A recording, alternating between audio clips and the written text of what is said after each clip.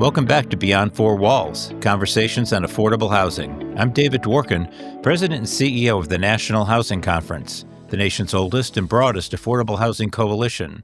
I'm joined today by Sydelle Knepper, founder and owner of SKA Marin, a firm recognized for its impactful contributions to real estate and community development across New York and beyond. With more than 30 years of experience, Sydelle brings unmatched expertise in both the private and public sectors, having overseen more than $1 billion in constructed project value. Her leadership is distinguished by a hands-on, pragmatic approach to development, a deep understanding of regulatory complexities, and an unwavering commitment to creating inclusive and sustainable communities. I'm also proud to share that she serves on NHC's Board of Governors.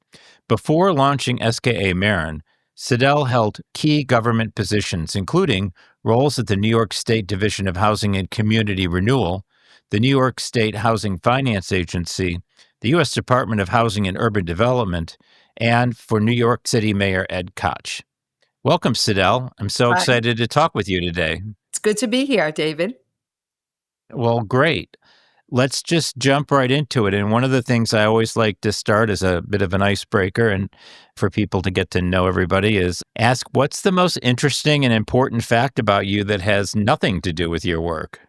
So I think that I'm a true blue New Yorker. I was raised here in New York City. My parents were immigrants. My father was the firstborn of 9 children in New York, where his parents came from Poland. And my mother traveled here on a boat from Jerusalem. So I really appreciate the ethnic and racial hodgepodge of New York City. And I've grown up with that. I love the neighborhoods of New York. And I'm very committed to basically affordability, having been on that journey as a young person. So you're first generation American? Yes, from one side. From one side. So you've been doing this for 3 decades in both the public sector and the private sector. And what would you say are the key lessons you've learned on what it takes to build and manage affordable housing? I think that I've learned, having been in government, that the little people count. If you are in trying to do affordable housing, it's very nice to have the commissioner, the mayor supporting you.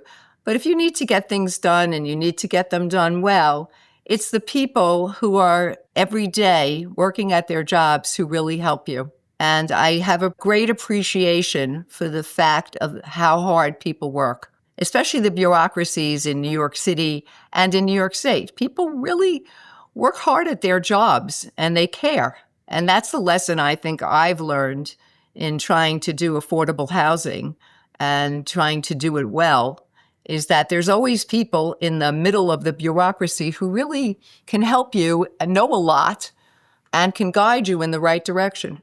That's great. We have an enormous affordable housing crisis in the country. There are very few places where it's as challenging as New York, particularly Manhattan. What are the factors you think that have really contributed to this? I mean, we talk a lot about production, but is it just a matter of supply or are there other factors as well? So I'm not going to get into the perennial fight in New York City about rent stabilization and rent control. I think it's supply. Land is very expensive in Manhattan. Land is very expensive in New York City. So that's one factor. When I started in government, it was a terrible time in New York. The city of New York owned a tremendous amount of property, but it was a great opportunity because we could develop housing where land cost $1.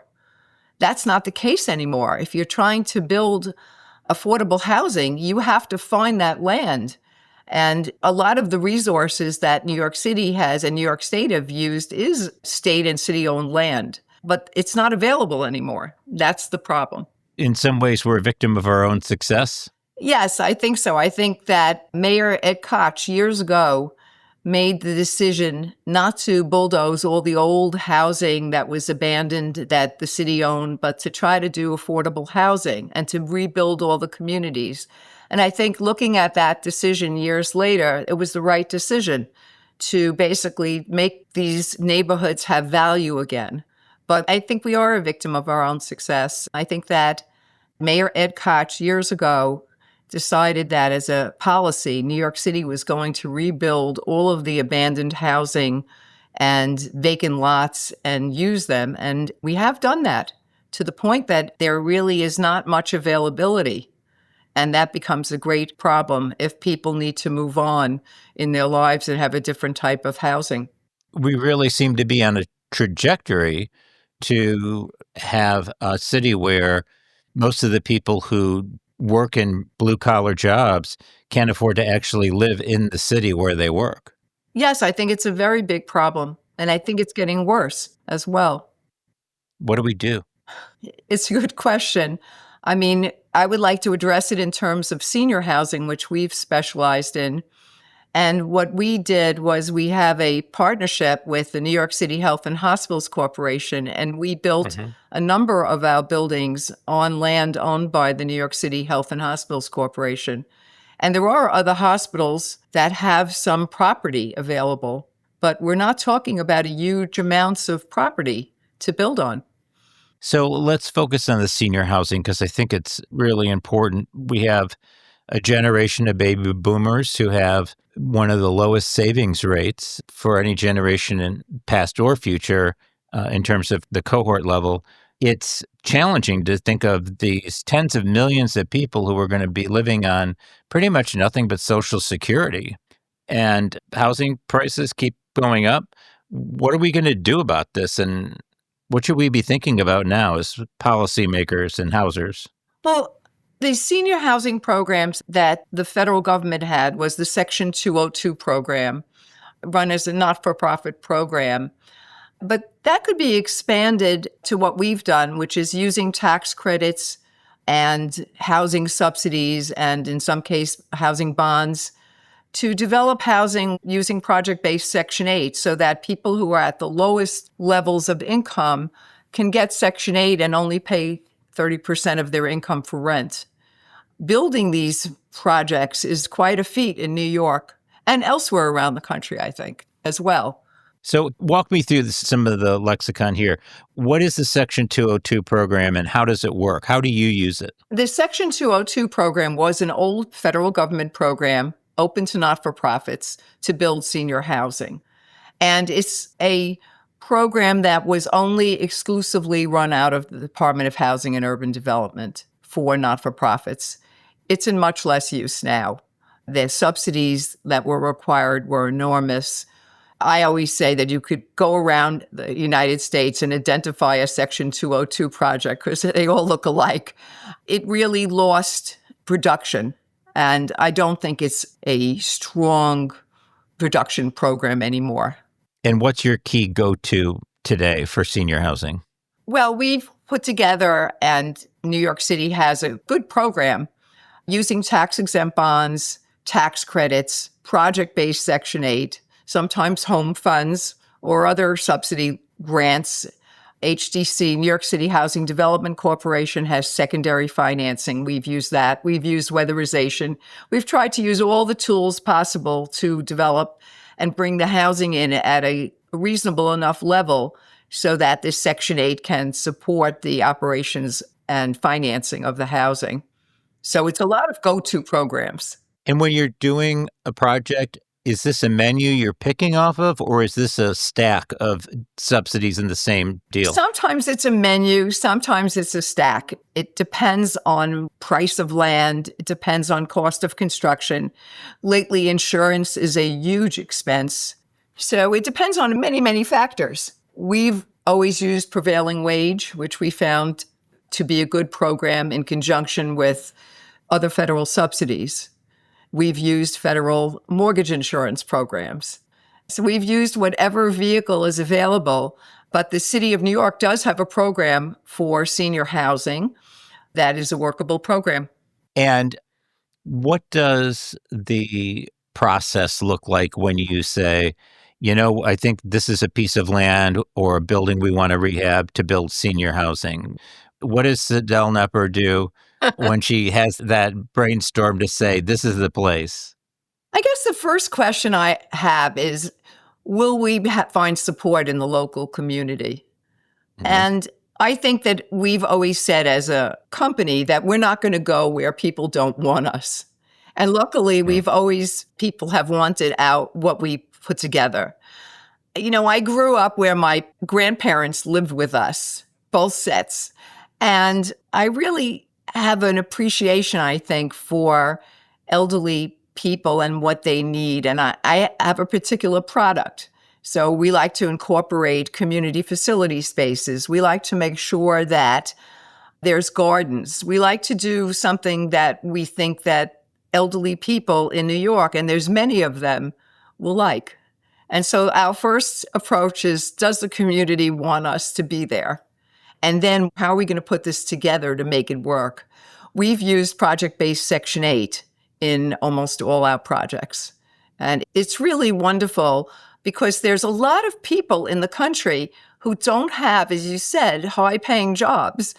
They don't have a pension. And Section 8 is such a great asset for elderly people because you only pay 30% of your income for rent. So this is a program that's come under fire recently, and I was grateful that the Senate has been very supportive of it. But one of the things you hear people say is, well, the private sector should do that.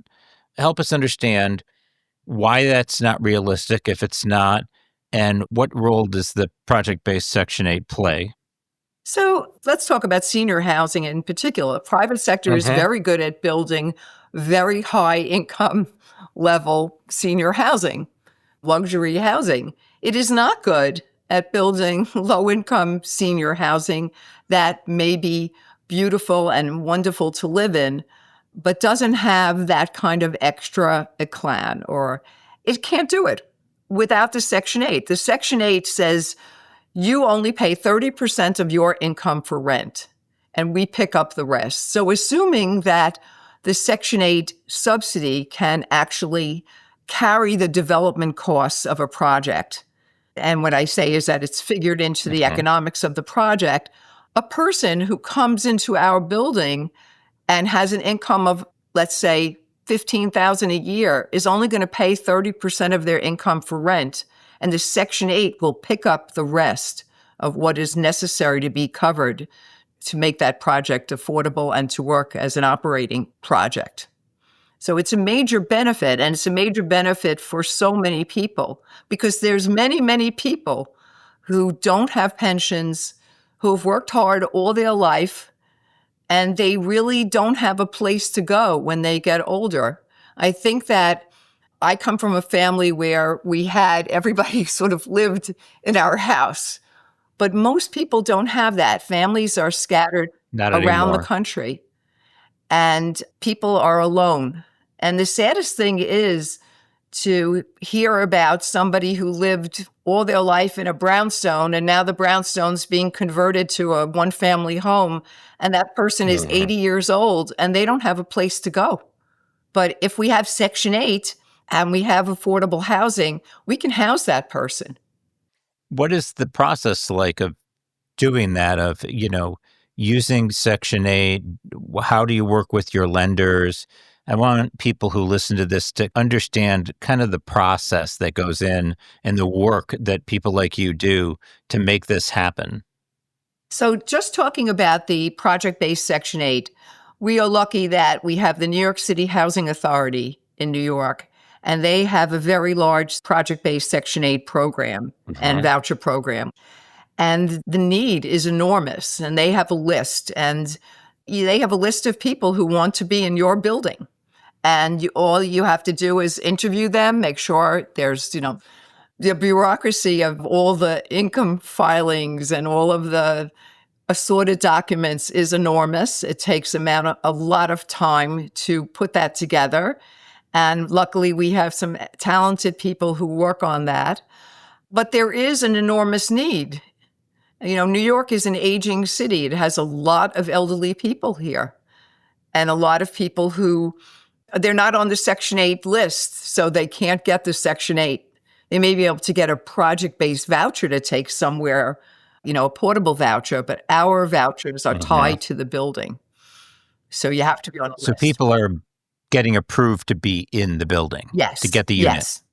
as opposed to getting the voucher that they would take to a private sector landlord and say, this is my voucher and I'm going to pay 30% and you're going to get paid the rest. Right. And you have to find those landlords that accept the vouchers.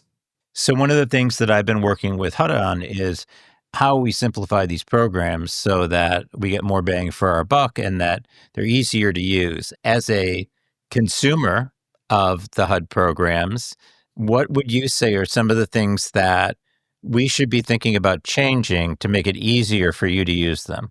On the Section 8 program, I think it's very hard to ask elderly people, many of whom don't speak English very well, to get all the documentation that is required. And it takes a long time for many people to get that documentation. So And what kind of documents are we talking about? income statements, bank statements, Hmm. if they came from another country, information on their coming to New York and that they're a citizen. Uh-huh.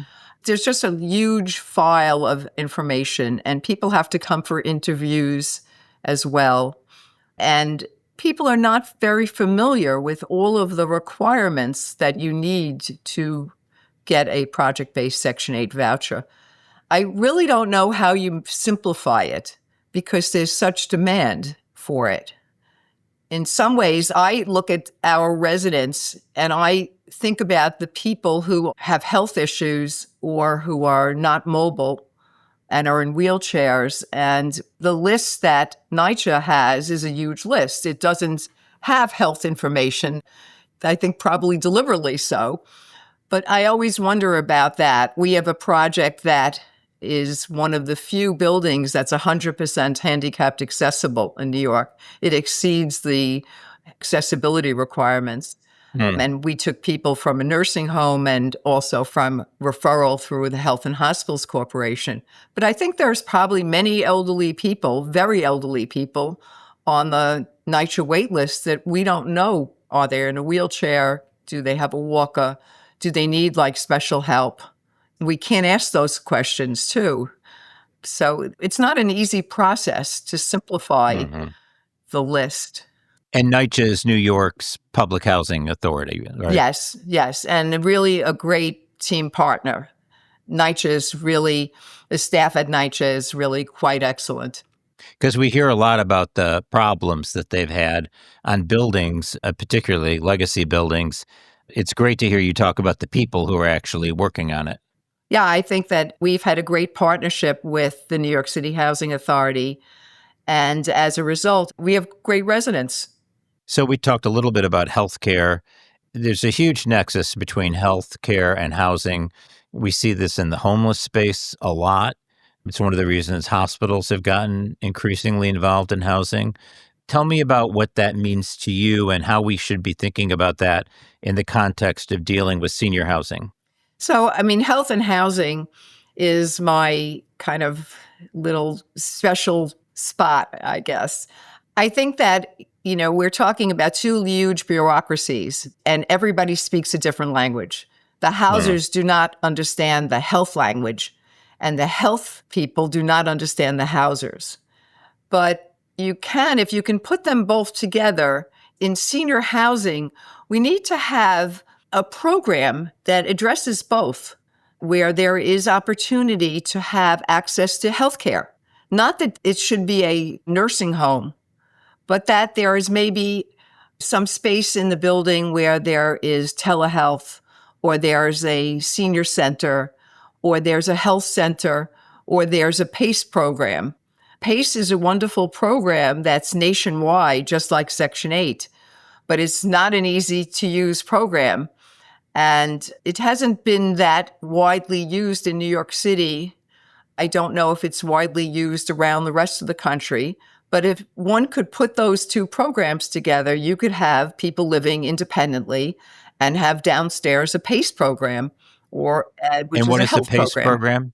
A PACE program allows for very low income people, usually dual Hmm. eligibles, meaning Medicaid eligible and Hmm. Medicare eligible, and it provides health care. And having a PACE program accessible to low-income senior housing sounds like a win-win, but it is not an easy thing to do. As I have learned, people do not want to give up their doctors as elderly people, and sometimes the PACE program requires you to give up your Mhm. doctor. So these are complicated programs that were put together, and nobody really kind of thought about, can we put these programs together and make them work for so many elderly people in the country that need health care, that need housing, that may not have access to housing and health as they age? And tell me a little bit about, we hear the phrasing of public-private partnerships, and you're a private developer, and we're talking about public programs. What does that integration look like for you, and how do you leverage those relationships in your work? Well, having been on the both sides, I use all the public programs as best as I can. They have been very good programs. They've been really workable programs. And using tax credits, all of our projects have tax credits. We've used tax exempt bonds. We've used FHA mortgage insurance on our projects. We've used whatever subsidy is available. We've used weatherization funds. We've used home funds. And having this sort of alphabet of programs is very important. These projects don't get built without a lot of effort and a lot of money. In a place like New York City, they are not cheap. And I also like to say we try to use prevailing wage. Whenever we use a HUD program, we use the prevailing wage. And this is a Davis Bacon. Davis Bacon, yes. Is there actually, in the market you're in, an option to go below that anyway?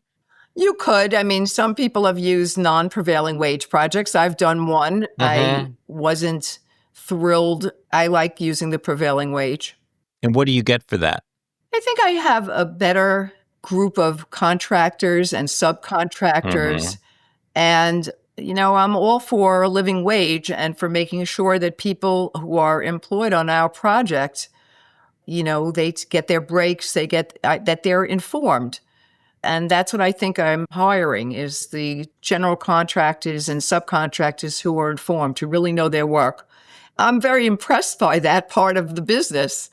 It's Mhm. just amazing to see people work who are laborers and how hard they work.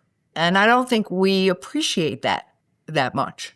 Let me pivot to the home program, because this is an area where there's been very strong support for the program in the Senate, obviously deep cuts in the president's budget, but it's also an area in the House where Chairman Flood and Ranking Member Cleaver have created a bipartisan effort to look at how we modernize the program and improve it. Tell me a little bit about how the program works, how you use that subsidy, and then what should we be thinking about when we say, this is where we want to make improvements? So, home is a good program. It's pretty flexible. It's a deeper subsidy, especially if you're doing a tax exempt bond transaction. With project based Section 8, some of the requirements conflict a bit with home because home had certain Hmm. income levels and certain rents that you can charge. And obviously, the project based Section 8 rents are higher than the home rents. And so there's different levels of bureaucracy that are involved in just certifying tenants for their annual certifications for project based Section 8, and then for home, and figuring out if you have home units when you have project based Section 8 units and how that would work. And if somebody didn't get their Section 8, their rent would go down to the home rent, which is lower than what we need to support the project. There are little wrinkles in these projects that don't make them so user friendly when you're trying to put together a large project with deep subsidies. But without home, where would we be? It is a flexible, like Hmm. CDBG, it's a flexible source of subsidy. And when you're doing a deal and you've got home funds and you've got Section 8 in the same project, might that also be a low income housing tax credit project as Yes, it well? is. It is low income housing tax credit So project. now we're up to three programs in the same Yes, we're building, up to three three sets programs. of rules. Yes, we're up to three You sets may of have rules. state support, right? So now there's four. Yes, it's very hard.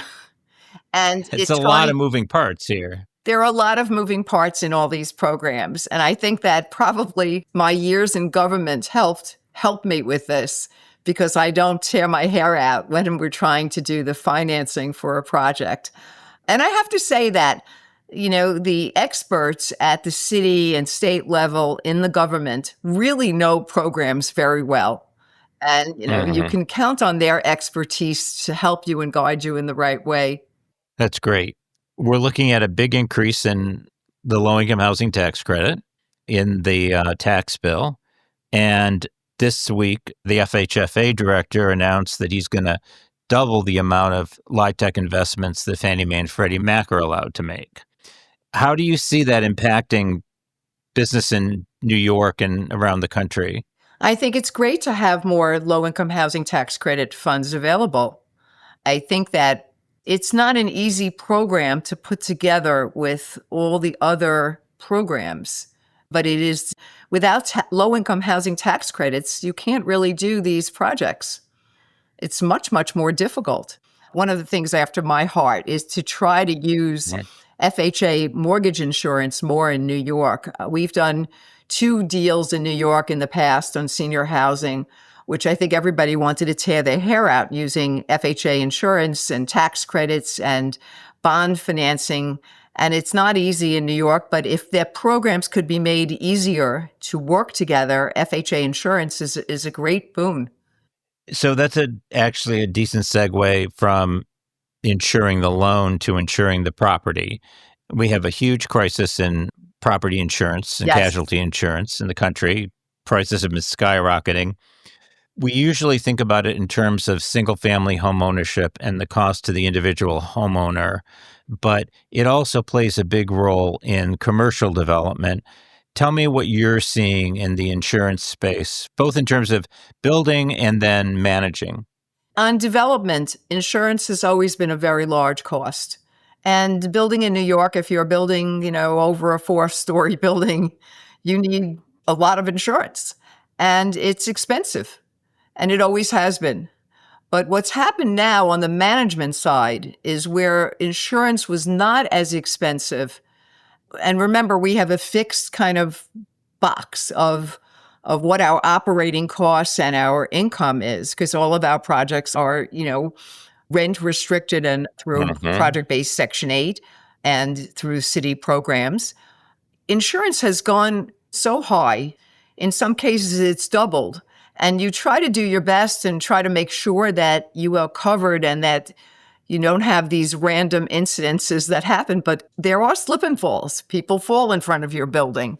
And if you have anything that happens in your building, it's a problem with insurance because there's a look back period. So it's really a very Hmm. difficult, important part of your operating budget. And we can't just say to the feds or to NYCHA, could you increase our Section 8 rents? Because that's not going to happen so much. And so it's really, Hmm. I don't have an answer for on the insurance, but we spend a lot of time trying to get rid of what are possible hazards in our insurance of people slipping somewhere or just making sure that everything is going well in a building. And it's very difficult. Things happen to people in buildings. People get caught in the elevator. People fall. And what about catastrophic weather events? Have you had to deal with that? With weather events, Yes. luckily, we have not had a problem with weather events, thank goodness. Well, that's good because a hurricane in Asheville, North Carolina, nobody saw that one coming. Well, I could tell you that when we built our building that has supportive housing in it, basically, it's again housing for the elderly and people from nursing Hmm. home. We basically closed 5 days before Hurricane Sandy. And Mm. about 3 months into Sandy, after Sandy, I got a call from my architect who said, we have a problem. FEMA has just changed the rating on the site, and you're going to have to Mm. raise the building 3 feet. And I was like, really? We're just about to put down, our footings, etc. How are we going to do that? And I have to say that we, with the help of New York City and our team, we redesigned the lobby of that building, and we elevated that building 3 feet. It was, Wow. and my lender wasn't terribly happy that we were doing this, and was not exactly happy when I said we were going to use up all our contingency on this in the start of the building. And I felt that we were going to succeed, and I pledged my developer fee to that. I said, okay, I'm pledging my fee if we Wow. lose. And it was quite a hairy operation, but we succeeded. And with the help of New York City and HDC and HPD, we were fine. Well, that is about as all in as it gets, Sydelle. I'm beyond impressed. I've really enjoyed talking with you and learning. It's just, Likewise, you David. teach me something new every time we talk, and it means a lot. You play such an important role on our board, and I always say that my most valuable members are the ones with mud on their boots, and you definitely have mud on your boots. Thank you. I love the National Housing Conference. I can put in a plug. I think it does great work, and we need to count on it more in terms of our abilities to influence Congress and the presidency on how important housing is, how important low-income housing is in this country, and that we have to provide for people who worked hard all their lives, and maybe they don't have a big pension, and maybe they don't have a pension at all, but we need to make sure that they are housed appropriately and that they can enjoy the last years of their life. Yeah, it's so important. Thank you so much for everything you do for us, and particularly for the people of New York and just the tens of thousands of people you've helped over your career. Thank you so much for having me. Take care. Thank you for listening to this edition of Beyond Four Walls. You can visit the National Housing Conference at nhc.org. There you can learn more about affordable housing policies, affordability challenges throughout the nation on our Paycheck to Paycheck database, and explore membership in NHC for you or your organization. We appreciate your interest and look forward to working with you in the future. Until next time, I'm David Dworkin, NHC's President and CEO, wishing you a great day.